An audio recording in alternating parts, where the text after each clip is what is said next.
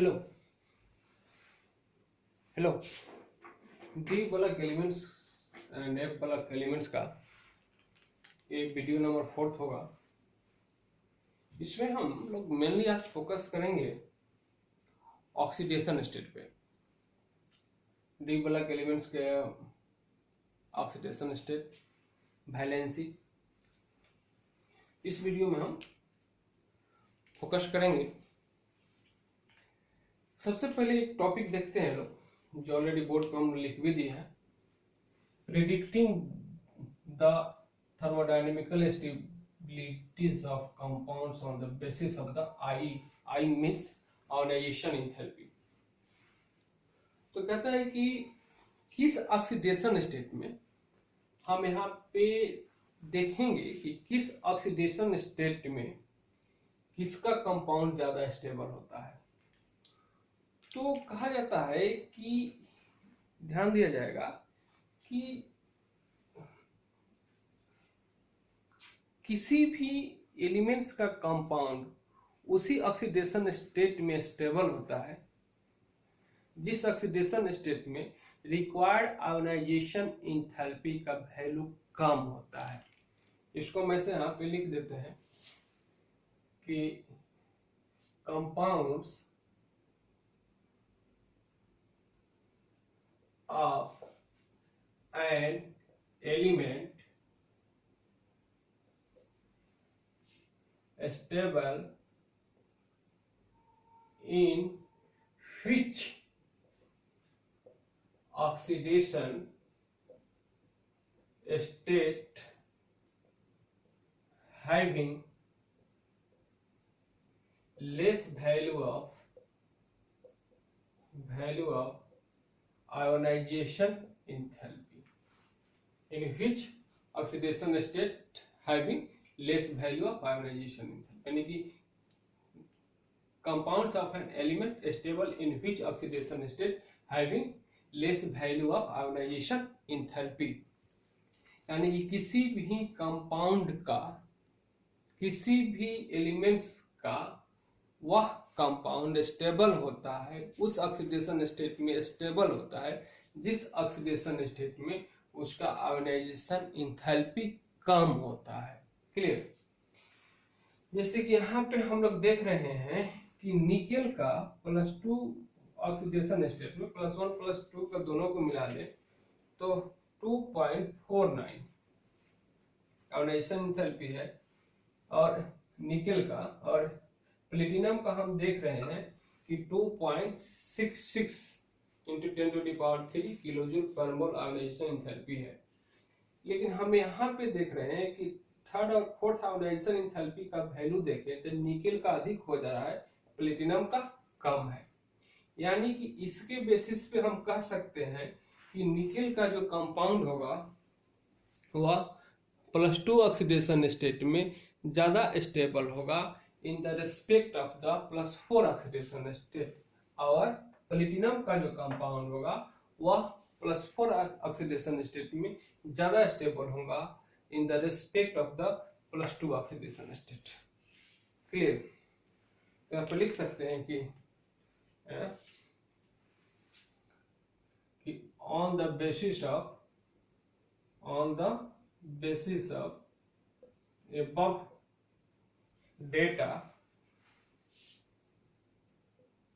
it is clear that compounds of nickel in +2 oxidation state is more stable in respect of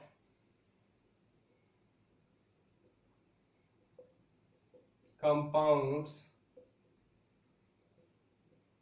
in +4 oxidation state. उसी basis पे हम लिख सकते हैं कि compounds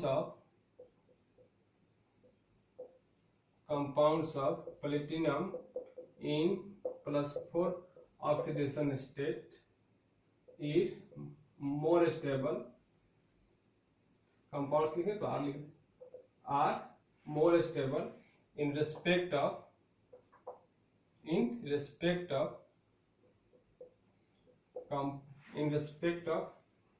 compounds are in +2 oxidation state. Clear?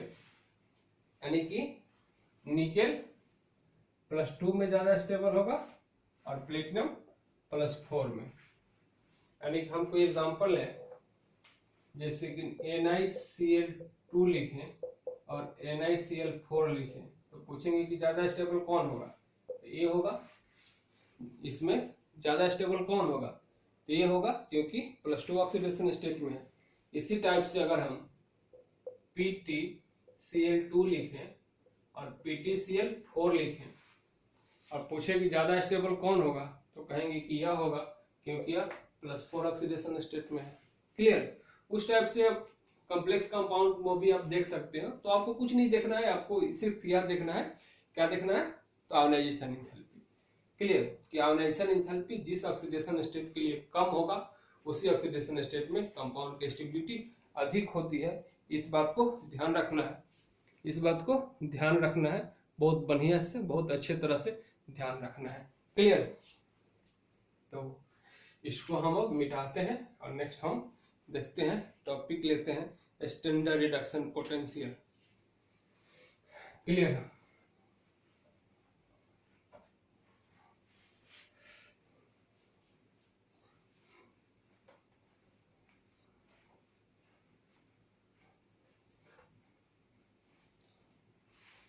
Next हम लोग topic पे बात करेंगे standard reduction potential and the reducing properties. Standard reduction potential and reducing properties.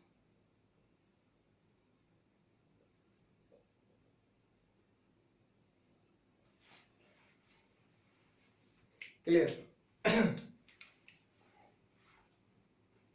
तो standard reduction potential and reducing properties की बात करें तो इलेक्ट्रोकेमिस्ट्री में हम लोग पढ़े हैं कि स्टैंडर्ड रिडक्शन पोटेंशियल का डिटर्मिनेशन कैसे होता है। इलेक्ट्रोकेमिस्ट्री में हम एक टॉपिक पढ़ाए थे कि which electrode will be cathode and anode on the basis of the hydration enthalpy, atomisation enthalpy, ionisation enthalpy. उसी बात को सेम टू सेम यहाँ पे रिपीट किया जाएगा और इसको ध्यान से समझा जाएगा। सेम चीजें हैं। कहता है कि अगर कोई मेटल है तो सॉलिड स्टेट में है, तो सॉलिड स्टेट में है तो इसको हम गैसियस स्टेट में कन्वर्ट करने के लिए एक एनर्जी हम लोग देते हैं, जिसको हम कहते हैं एटोमाइजेशन एंथैल्पी। एक हीट देते हैं जिसको हम कहते हैं एटोमाइजेशन एंथैल्पी। क्लियर? कहते हैं कि गैस बन गया तो फिर हम इसको हीट देते हैं तो N+ इलेक्ट्रॉन लूज करता है या 1 इलेक्ट्रॉन लूज करता है। इस हीट को हम कहते हैं आयोनाइजेशन एंथैल्पी।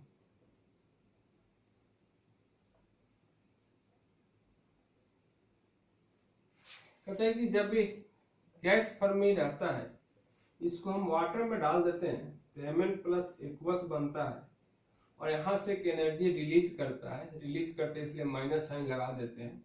इसको हम कहते हैं hydration enthalpy.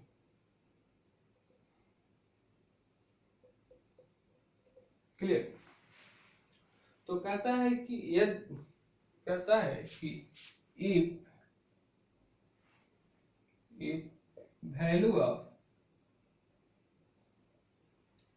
value of hydration enthalpy, if value of hydration enthalpy is more negative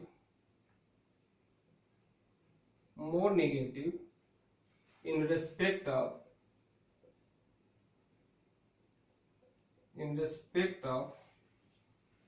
sum of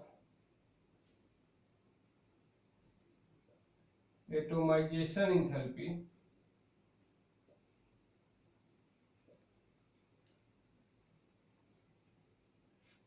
and ionization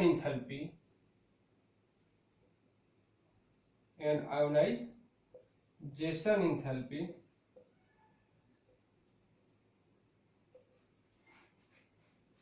if value of hydration enthalpy is more negative in respect of sum of atomization enthalpy and ionization enthalpy, reducing power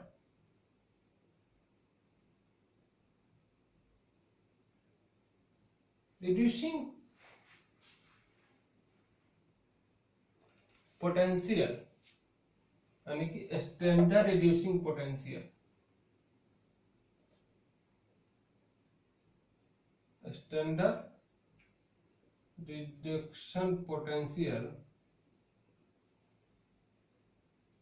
will be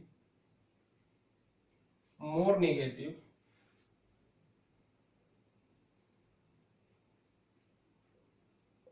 and reducing power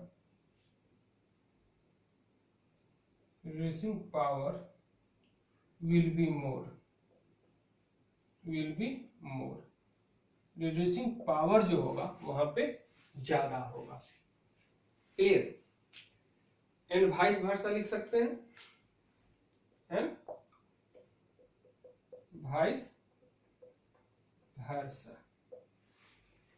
vice versa लिख दिए तो फिर पूरा लिखने की आवश्यकता नहीं है। वाइस वर्सा यानी कि कहता है कि हाइड्रेशन एंथैल्पी का वैल्यू अगर ज्यादा निगेटिव हो जाए, कहता है कि इसको अगर हम हाइड्रेशन एंथैल्पी और एटोमाइजेशन एंथैल्पी और आयोनाइजेशन एंथैल्पी, इसको हम ऐसे लिखते हैं कि हाइड्रेशन एंथैल्पी से अगर हम माइनस कर दें He से, हाइड्रेशन एंथैल्पी से अगर हम माइनस कर दें sum of atomization enthalpy plus ionization enthalpy.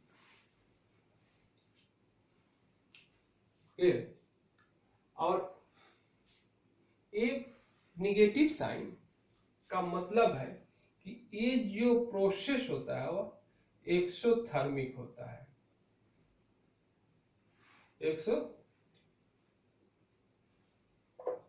Exothermic process है। दूसरा कुछ मीनिंग इसका मत निकालिएगा, इस माइनस साइन का मतलब है कि एक्सोथर्मिक प्रोसेस है। क्लियर?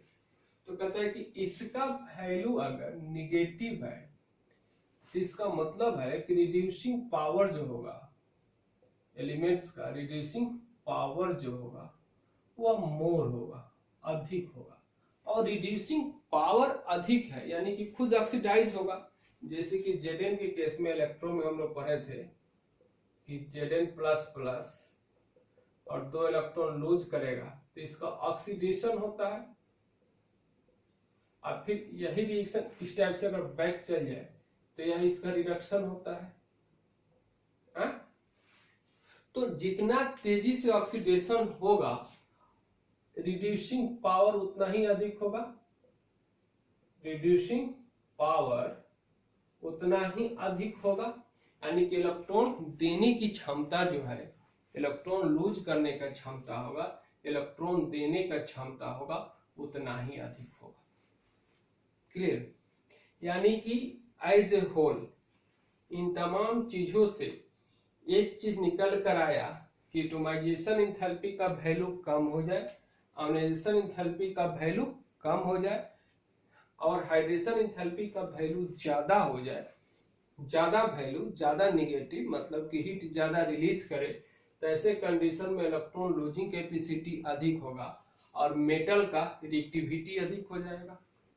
क्लियर? तो तमाम चीजों को हम समराइज कर देते हैं, उसको मिटाते हैं,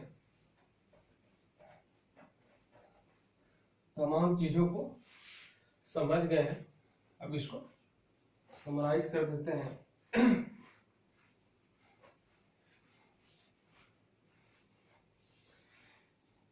यानी कि ये चीज निकल गया, 2-3 पॉइंट में हम इसको समझ लें कि less value of atomization enthalpy, atomisation enthalpy reactivity will be more, reactivity will be more। याद रखा जाएगा, हम डी बल्क एलिमेंट्स के लिए बात कर रहे हैं, मेटल की बात कर रहे हैं, तो मेटल की बात कर रहे हैं तो मेटल का रिएक्टिविटी जब भी डिटरमाइन किया जाएगा तो इलेक्ट्रॉन लूजिंग कैपेसिटी पे, इलेक्ट्रॉन त्यागने की क्षमता पे डिपेंड किया जाएगा। क्लियर। सेकंड कहता है कि less value of I, less value of I reactivity will be more, reactivity will be more. Third point निकल कर आया कि मोर निगेटिव वैल्यू। तो निगेटिव वैल्यू को मतलब कि हीट निकले, या फिर ऐसे लिख सकते हैं कि more value of, more negative value या more value, value of hydration enthalpy, hydration enthalpy reactivity will be मोर।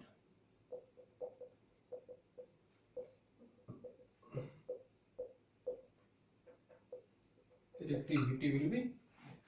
तो ये 3 फैक्टर्स हैं जिसके बेसिस पे हम रिएक्टिविटी को डिटरमाइन करते हैं। क्लियर। अब यहाँ पे क्वेश्चन दिया जाए कि, चलिए क्वेश्चन का क्या आंसर करते हैं कि व्हाई, क्वेश्चन है कि why reactivity of D block elements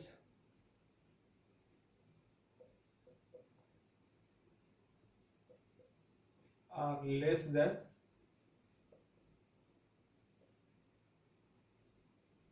S block element।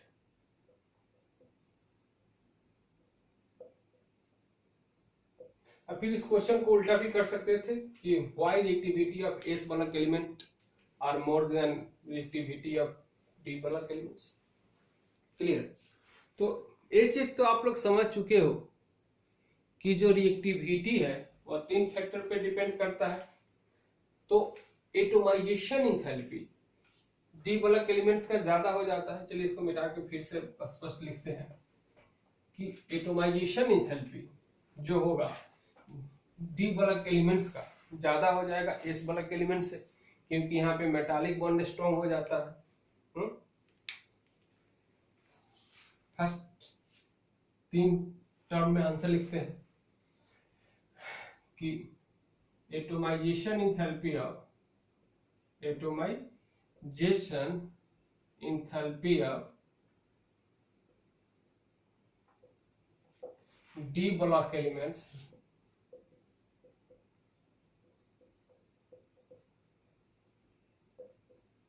is more than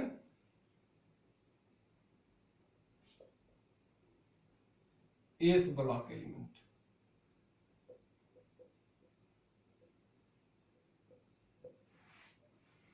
क्यों होता है, चलिए यहाँ पे इस बात को भी एक्सप्लेन कर देते हैं यहीं पे।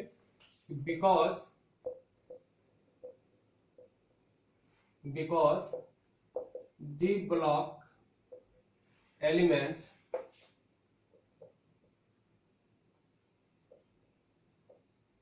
have more more metallic bond strength.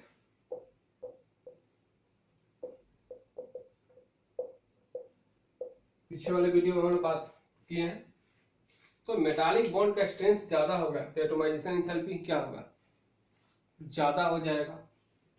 Next करता है कि ionisation enthalpy of D block elements, ionization enthalpy of d bulk elements are more than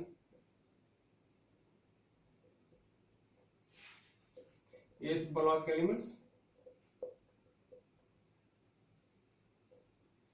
इसके भी पीछे रीजन होता है, क्या रीजन होता है कि due to more nuclear attraction of d bulk elements।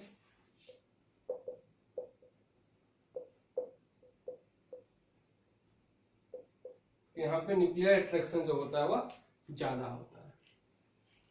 और थर्ड कहता है कि हाइड्रेशन एंथैल्पी,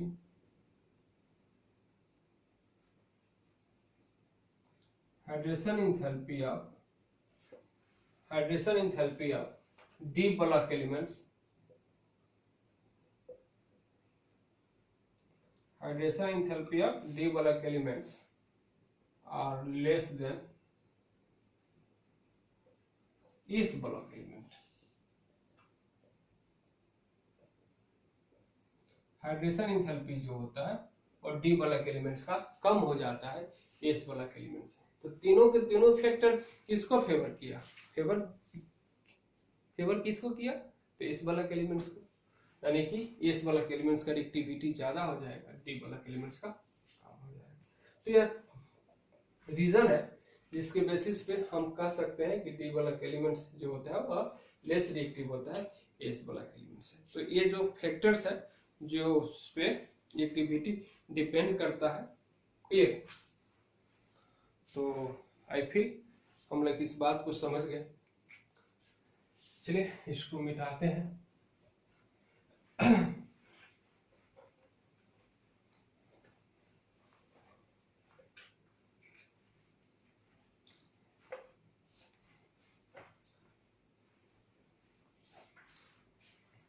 क्लियर।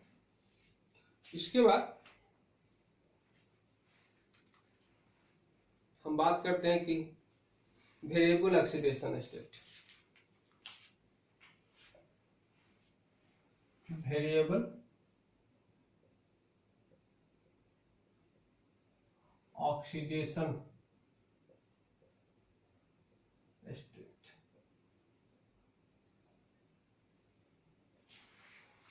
तो कहता है कि डी ब्लॉक एलिमेंट जो होता है वह वेरिएबल ऑक्सीडेशन स्टेट शो करता है, क्योंकि यह फोरेस्ट वाले, देखिए हम लोग फर्स्ट ट्रांजिशन सीरीज पे ही फोकस किए हैं और लोग फर्स्ट ट्रांजिशन सीरीज ही पढ़ रहे हैं। तो फोरेस्ट और 3D वाले इलेक्ट्रॉन के बीच में ज्यादा डिफरेंसेस नहीं होता है, तो फोरेस्ट वाले इलेक्ट्रॉन भी निकल जाते हैं, 3D वाले भी निकल जाते हैं। इसके कारण ये जो होता है वो वेरिएबल ऑक्सीडेशन स्टेट शो करता है। दूसरी बात है कि डी ब्लॉक एलिमेंट्स में एक स्टेबिलिटी का एक खास रूल नहीं है। जैसे कि कुछ एलिमेंट्स होते हैं वह T2G के हाफ फिल पे स्टेबिलिटी गेन करते हैं, कुछ डी ऑर्बिटल्स के हाफ फिल पे स्टेबिलिटी गेन करते हैं, कुछ डी के ऑर्बिटल्स के फुल फिल पे स्टेबिलिटी गेन करते हैं। तो इनके स्टेबिलिटी गेन करना भी अलग अलग फैक्टर पे डिपेंड करता है, इसलिए वेरिएबल ऑक्सीडेशन स्टेट शो करते हैं। तो कहता है कि डी ब्लॉक एलिमेंट्स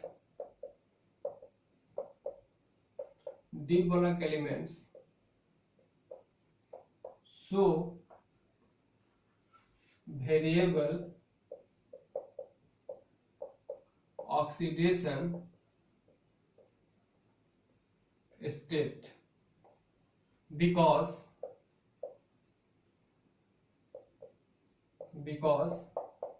यहाँ पे हम दो रीजन कंसीडर करेंगे। फर्स्ट कि difference between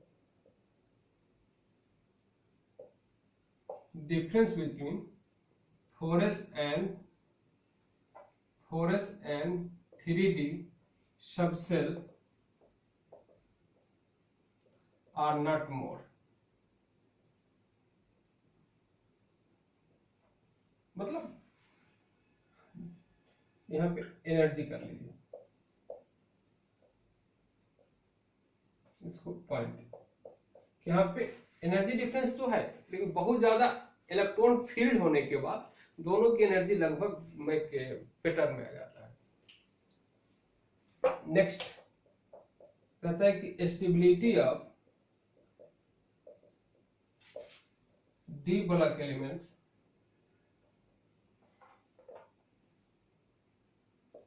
are in different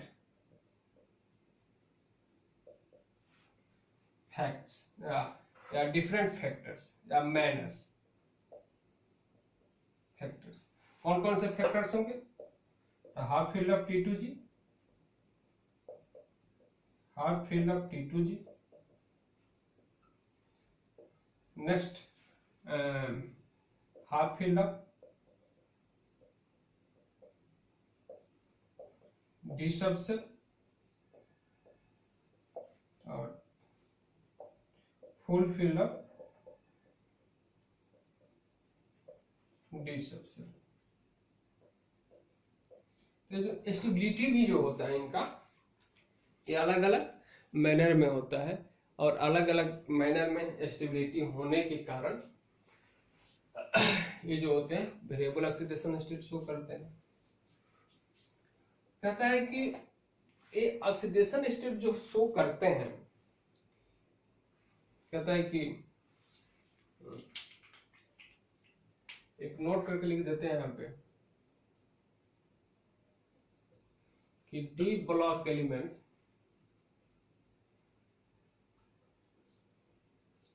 show oxidation state +2 to the number of unpaired electron present in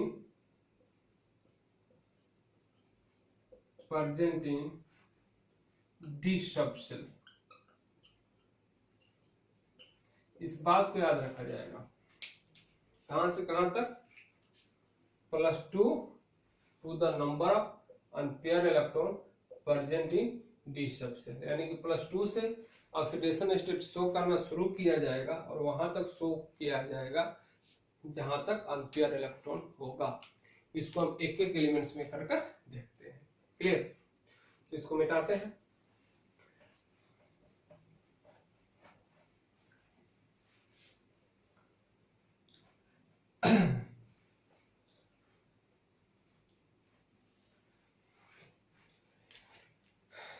चलिए, स्कैडियम 21 4s2 3d1, तो 4s हुआ। अब 3d की बात करें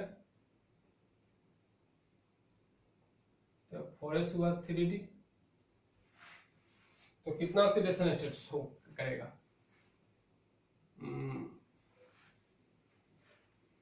+2 एंड +3।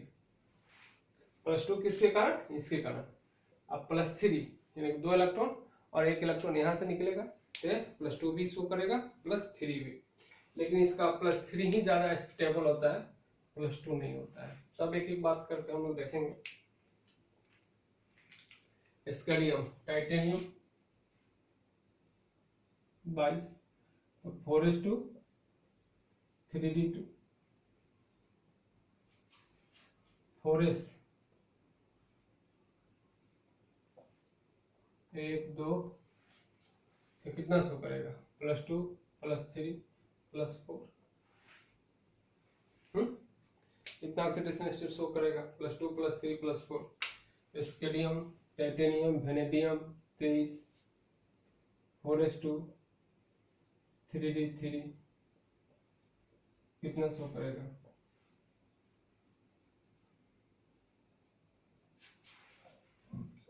+2 +3 +4 +5। लेकिन इसमें हम लोग देखते हैं कि मोर स्टेबल ऑक्सीडेशन इसका +3 होता है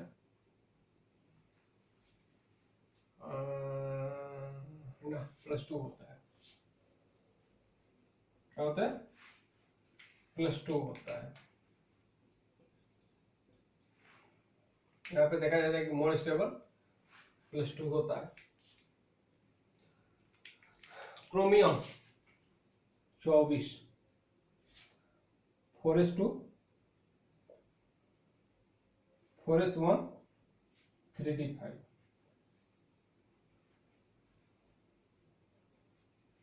1 2 3 4 5 तो कितना शो करेगा? +2 +3 +4 +5 +6। लेकिन इसका मोर स्टेबल ऑक्सीडेशन स्टेट +3 होता है। मैग्नीज 4s2 3d5 तो manganese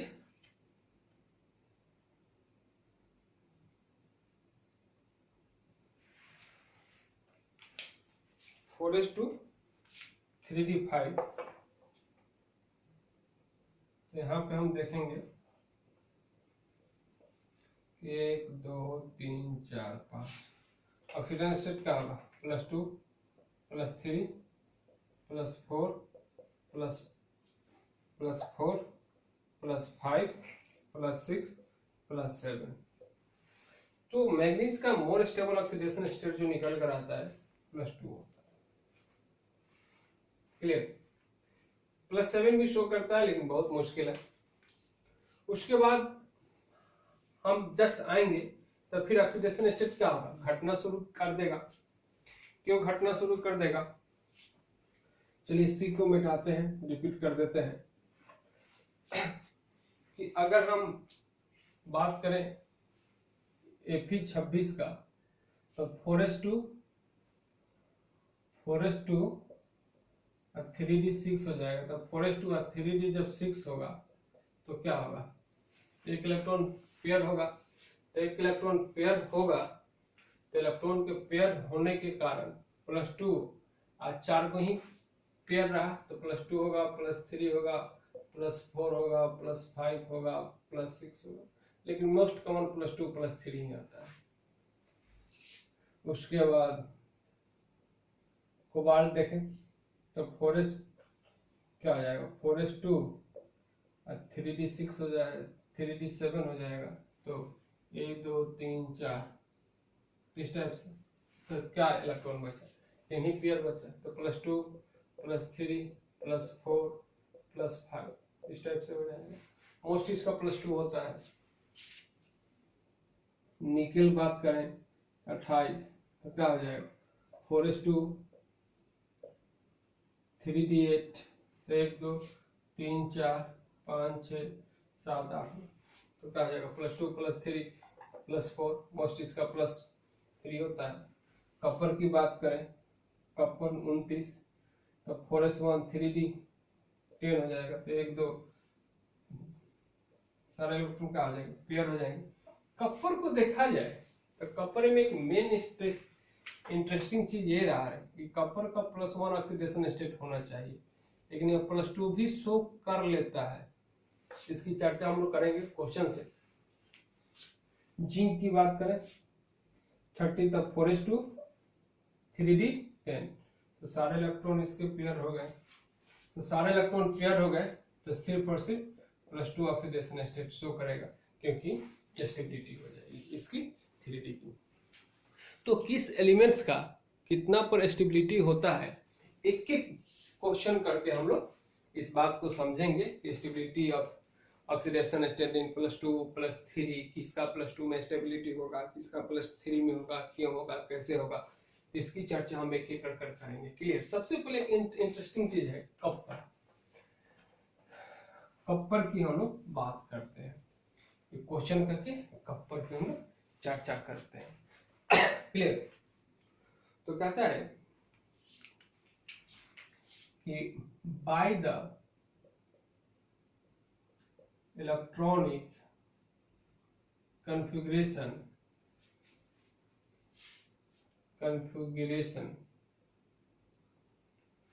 copper should be so +1 oxidation state, but it so +2 oxidation state. Why? बहुत बढ़िया क्वेश्चन। तो देखिए क्या होता है कॉपर में। कॉपर का अगर हम कॉन्फ़िगरेशन ले, कॉपर 29 तो 1s सॉरी आर्गन यहाँ पर लिख दे। क्लियर। तो आर्गन लिखने के बाद 4s1 और 3d10 है, तो एक इलेक्ट्रॉन यह लूज कर दे तो स्टेबिलिटी गेन कर लेगा। क्लियर। तो लिख देंगे कि by the above configuration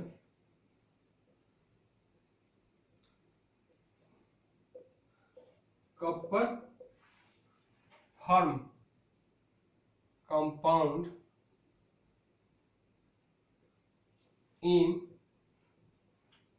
+1 oxidation state.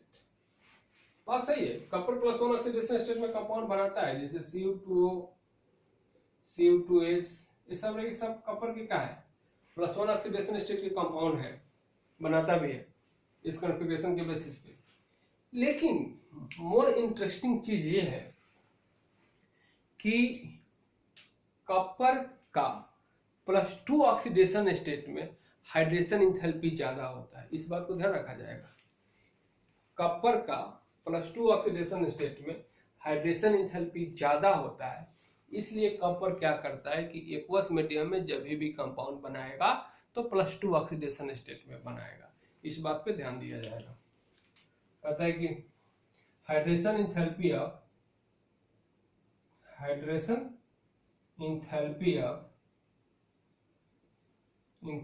Of copper in +2 oxidation state is more.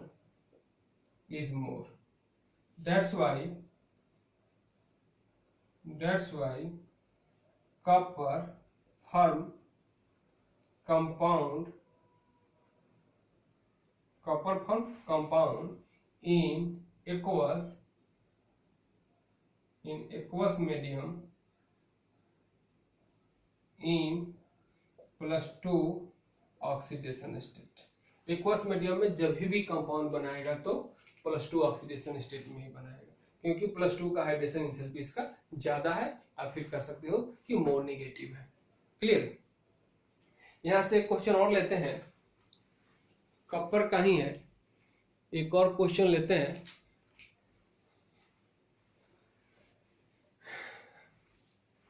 कहता है कि व्हाई, क्वेश्चन है, इस क्वेश्चन के बाद इस वीडियो को खत्म किया जाएगा। नेक्स्ट वीडियो में इसके बाद पढ़ेंगे लोग कि why copper plus ion aqueous कर दो, इसको ऐसे लिख दो और ज्यादा। Why copper plus aqueous ion so disproportionation reaction, या इसी क्वेश्चन को और भी लिख सकते हो कि why copper +1 aqueous ion is not stable. तो अभी हम लोगों ने पढ़ा है कि hydration enthalpy of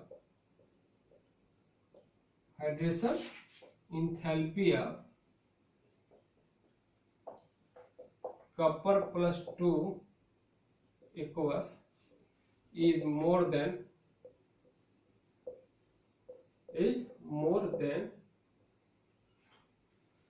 copper plus 1 aqueous ion.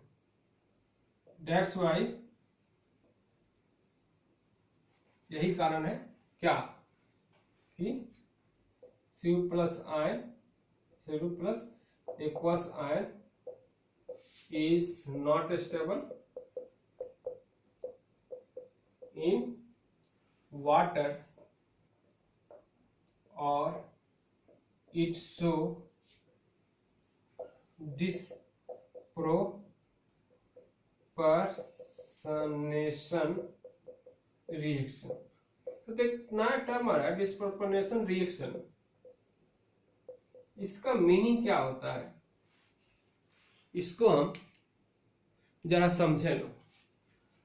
तो कहता है कि कॉपर प्लस एक्वस आयन को, अगर कॉपर आयन को अगर पानी में डाल दोगे तो क्या करता है कि Cu+2 एक्वस में कन्वर्ट हो जाता है और कॉपर को बाहर कर देता है। क्लियर? तो इसी रिएक्शन को हम डिस्प्रोपोर्शनेशन रिएक्शन कहते हैं। कहता है कि जब एक ही स्पेसीज का ऑक्सीडेशन हो जाए और उसी का रिडक्शन हो जाए एक ही रिएक्शन में, तो ऐसे रिएक्शन को हम डिस्प्रोपोर्शनेशन रिएक्शन कहते हैं। तो यहाँ पे देख रहे हो कि कॉपर +1 से +2 में जा रहा है, तो इस बेसिस पे कॉपर का क्या हो रहा है, ऑक्सीडेशन हो रहा है। और यहाँ पे कॉपर आप देख रहे हो कि +1 से कहाँ पे जा रहा है, 0 पे जा रहा है, तो यहाँ पे इसका क्या हो रहा है, तो रिडक्शन हो रहा है। यानी कि एक ही रिएक्शन में कॉपर का ऑक्सीडेशन भी हो गया और रिडक्शन भी हो गया, तो इसीलिए हम कहेंगे कि कॉपर यहाँ पे डिस्प्रोपोर्शनेशन रिएक्शन शो कर दिया। तो मेनली रीजन यही है कि कॉपर का +1 एक्वस से +2 एक्वस ज्यादा स्टेबल होता है, क्योंकि यहाँ पे हाइड्रेशन इंथैल्पी अधिक होता है। तो अभी कुछ देर पहले हम लोग देखे थे कि हाइड्रेशन इंथैल्पी जिस स्टेट में अधिक हो वही स्टेट में वह एग्जिस्ट करता है, बनता है, रहता है। क्लियर? तो इस वीडियो में इतना ही, आगे की चर्चा हम लोग नेक्स्ट वीडियो में करेंगे। तब तक के लिए थैंक्स।